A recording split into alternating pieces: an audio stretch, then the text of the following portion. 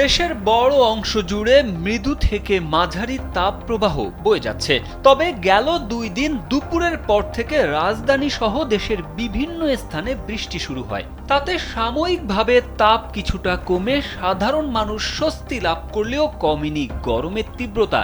এমত অবস্থায় বৃহস্পতিবার আবহাওয়া অধিদপ্তর জানিয়েছিল দেশের সব বিভাগে আগামী 5 দিন বৃষ্টি হতে পারে, সেই সঙ্গে কোথাও কোথাও শিলাবৃষ্টিও হতে পারে। তবে শুক্রবার আবহাওয়া অধিদপ্তর জানিয়েছে দেশের 3 অঞ্চলে সন্ধ্যার মধ্যে 60 কিলোমিটার বেগে ঝড় হতে পারে। সকাল 9টা থেকে সন্ধ্যা 6টা পর্যন্ত দেশের অভ্যন্তরীণ নদী বন্দরের জন্য দেওয়া পূর্বাভাসে এ তথ্য জানানো হয়েছে।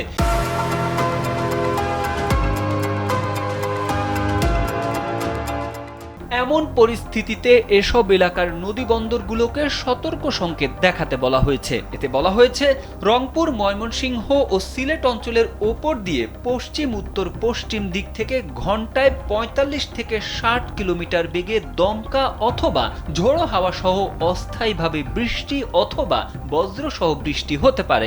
এসব এলাকার নদীগুলোকে 1 নম্বর সতর্ক সংকেত দেখাতে বলা হয়েছে।